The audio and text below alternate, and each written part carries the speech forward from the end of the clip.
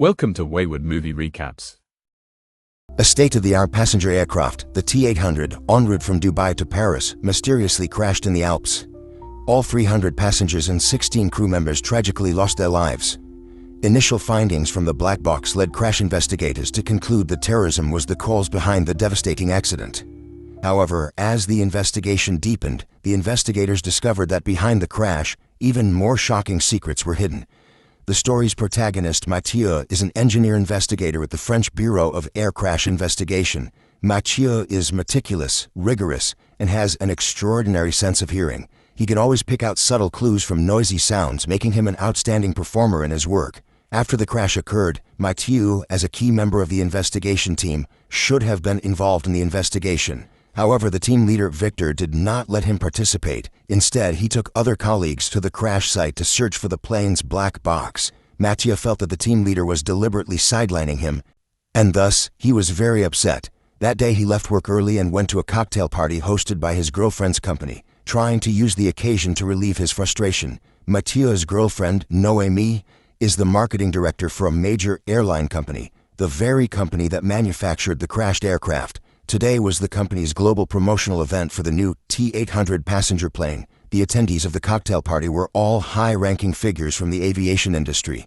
They had all heard about the crash but pretended to be deaf and blind. No one was willing to mention it at such an occasion. Xavier, the owner of a cybersecurity company, came over and joked with Mathieu, saying that it had better not turn out to be a technical problem with the plane, or else he would be finished, because Xavier's company happened to provide cybersecurity services for the T-800 model, the very aircraft that crashed.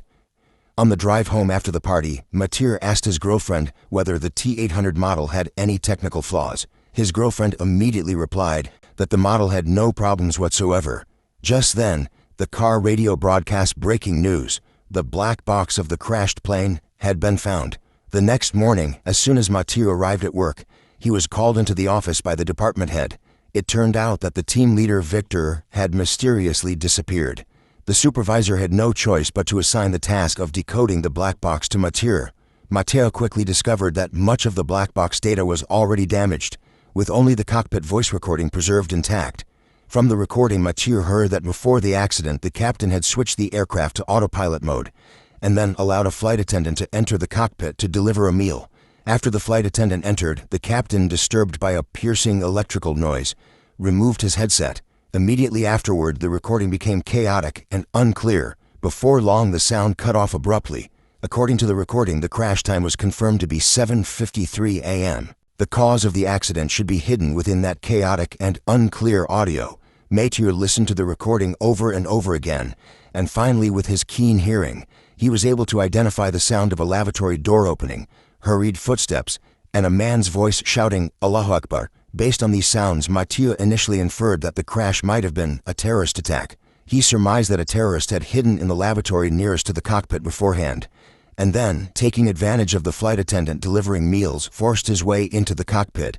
The police subsequently reviewed the list of deceased passengers and discovered that one male passenger was a strange man who had previously made extremist remarks and whose computer contained a significant amount of extremist propaganda videos. As a result, the police also preliminarily classified the crash as a terrorist attack. However, the matter did not end there. Mathieu soon uncovered a new lead. One female passenger had left a voicemail for her husband shortly before her death, describing her panic and unease. This recording continued all the way up to the moment of the crash. Strangely, based on this voicemail, the crash time could be inferred as 7:56 a.m., while the black box recorded the crash time as 7:53 a.m. There was a full 3-minute discrepancy between the two recordings. Moreover, the voicemail captured what sounded like an emergency landing alarm, but this alarm sound was completely absent from the black box recording, and if an alarm was triggered on the plane, it was most likely because the aircraft itself had suffered a malfunction, not because it had been attacked, contrary to their earlier assumptions. To get to the truth, Mathieu collected all the photos and videos that the deceased passengers had taken during the flight. Using this information, he reconstructed the seating arrangement in his mind. He then rebuilt the scene based on the content of the voicemail. As a result, he discovered that the supposedly suspicious Muslim passenger had been seated in the emergency exit row the whole time, with no opportunity to slip into the lavatory near the cockpit, because a first-class cabin separated them. Moreover, the flight attendant was distributing meals at the time, and the meal cart happened to be blocking the narrow aisle. In other words, Mathieu's earlier hypothesis that a terrorist had hidden in the lavatory might have been completely wrong. The shout of Allahu Akbar might not have been a terrorist slogan, but instead could have simply been a desperate prayer from a passenger facing imminent danger. Mathieu reported his new findings to his supervisor, but the supervisor advised him not to overthink it. The top priority, the supervisor said, was to quickly finish the investigation report to avoid complicating matters and attracting unnecessary trouble. However, Mathieu, being someone who always pursued the truth, was not willing to just brush things off. Thinking back to the mysterious disappearance of the team leader Victor, he suspected that even deeper secrets were hidden behind the incident, and that Victor might have discovered something which led to his sudden vanishing. Mathieu then secretly entered Victor's office, but unfortunately he found no clues. He then drove to Victor's home, but again came up empty-handed. Just as he was about to leave, he noticed Victor's car parked in the garage. An idea struck him. He removed the memory card from the car's dashcam and started checking the video stored on it. After reviewing the footage, Mathieu finally found a suspicious clue. A week before the crash, Victor had secretly met with Xavier, the owner of the cybersecurity company. The two were seen standing in front of a car speaking in hushed tones. Since Mathieu's girlfriend had a professional partnership with Xavier, Mathieu had become casually acquainted with him as well. However, in his memory, Victor and Xavier had no known connection. Their private meeting thus appeared highly suspicious. Unfortunately, the dashcam hadn't captured their conversation, only their images. With no audio evidence, Mathieu had to shift the focus of his investigation. He began to dig deeply into the flight records of the AT-800 model. To his surprise, he discovered that during the test flight phase, the T-800 had already experienced 3 incidents involving minor control system malfunctions. Some pilots had reported that when switching between manual and autopilot modes, there were noticeable delays in the system's response. Mathieu immediately went to his girlfriend for confirmation. However, she solemnly assured him that the delay issues had been fully resolved before the test flights were completed, and that the current crash could not possibly be related to that. Despite her firm assertions, Mathieu remained suspicious. Taking advantage of a moment when his girlfriend was asleep, he secretly accessed her computer, hacked into her company's internal network, and stole the T-800's flight test reports. Sure enough, he found clear documentation showing that the T-800 model did indeed have a technical defect involving latency issues. Mathieu reported this discovery to his supervisor. This time, the supervisor had no choice but to take him seriously. However, the stolen test report couldn't be used as formal evidence. So, the supervisor requested permission from higher-ups to obtain the T-800's operating system for simulated computer testing. But no matter how many times they tested it, the operating system ran extremely smoothly, without any sign of the previous delays. Just as Mathieu's girlfriend had claimed, the defects seemed to have been fixed. If the operating system was no longer faulty and the plane hadn't been brought down by a terrorist attack, then what had caused the crash? While Mathieu was struggling to make sense of everything, an unexpected spark of inspiration came from his little nephew. It happened to be the weekend, and Mathieu took his nephew outside to play with the drone. However, after only a short while, the drone suddenly flew away uncontrollably. Mathieu quickly realized that a few young people nearby had hacked into the drone and taken control of it as a prank. At that moment, a new thought struck him. Could the airplane's cybersecurity system have had a vulnerability, allowing hackers to exploit it? Previously, he had heard in the cockpit audio that the captain had removed his headset due to a harsh electrical noise. This noise could very well have been signal interference caused by a cyber attack. Following this line of investigation, Mathieu found a hacker named David, who was a major suspect. David had previously worked at a cybersecurity company for 3 months before being forcefully dismissed, and that company was none other than Xavier's firm, the same company responsible for the T-800 cybersecurity. Mathieu thus speculated that the crash might have been caused by David, who, in an act of revenge against his former employer, maliciously hacked into the airplane's operating system, resulting in the accident. However, this was all just Mathieu's personal theory. He had no solid evidence to back it up.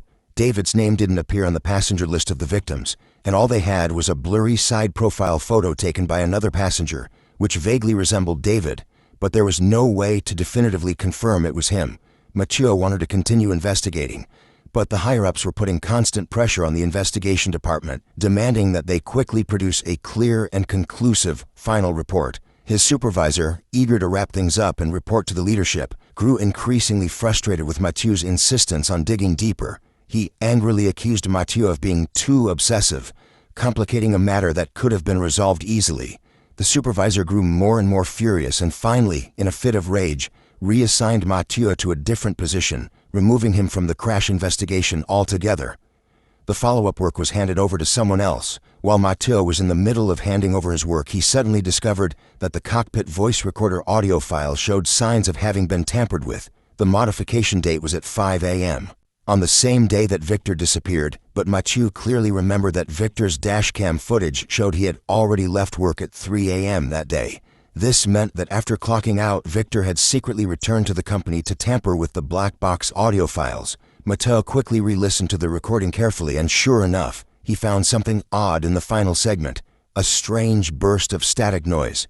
Using technical methods, Mathieu finally managed to extract a familiar voice hidden in the noise. It was Victor's voice, broadcasting a set of numbers. These numbers seemed to be coordinates. Mathieu hurriedly finished handing over his work, then entered the coordinates into his car's navigation system. Guided by the GPS, he drove to a small forest lake near Victor's home. The coordinates pointed directly to the center of the lake. Mathieu immediately jumped into the water and retrieved a wrapped package from the lake bed. Inside the package was a storage chip. Mathieu had a strong feeling that the entire truth was hidden inside that chip. Unable to wait any longer, he rushed to Victor's house and used the home computer equipment to read the data on the chip. The chip contained not only the complete, unaltered cockpit recording from before the crash, but also a written confession by Victor. The truth matched Mathieu's earlier suspicions almost exactly. It turned out that David, the disgruntled ex-employee, had boarded the plane under a false identity and hacked into the aircraft's control system. David's original intention had only been to pull a prank, to expose the cybersecurity loopholes on board and embarrass his former employer. However, the system spiraled out of control, leading to the tragic crash and mass casualties. In order to cover up the security flaw, Xavier had approached Victor, coercing and bribing him into altering the BlackBox audio files, trying to frame the incident as a terrorist attack. In his confession, Victor revealed that this wasn't the first time he had collaborated with Xavier. In the past, in order to help his company go public, Xavier had repeatedly bribed Victor to falsify data in other flight incidents. Those previous incidents, however, had only involved minor malfunctions and no loss of life.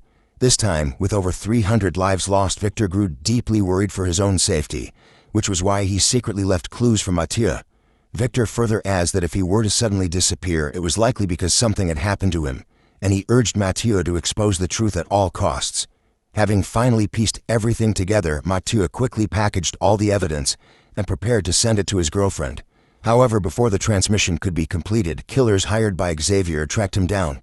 Mathieu had no choice but to hide quietly in a corner, waiting anxiously for the file to finish uploading. Once it was done, he seized a brief chance to escape. He sped away in his car but hadn't gotten far when the car's autopilot system was hacked by the killers, causing the vehicle to lose control and crash into a roadside tree, and Mathieu died instantly from the violent collision. In the final moments of the story, at one of Xavier's public speeches, Mathieu's girlfriend played Victor's video confession, exposing the cruel truth behind the crash to the world.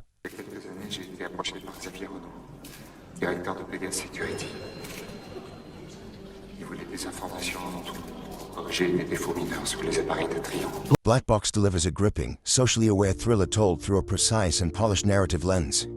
French audiences widely praised it as 2021 standout film. Blending intrigue with realism, it draws you in gently, mirroring the rising tension that shadows the lead. Unlike Snowden or Citizen4, this film doesn't just explain the danger, it immerses you in it. Though it brushes against familiar tropes, P.N.I.'s gripping performance and the film's unexpected turns easily compensate. For those craving a sharp, high-stakes journey into aviation mysteries and the burden of uncovering truth, this film speaks volumes.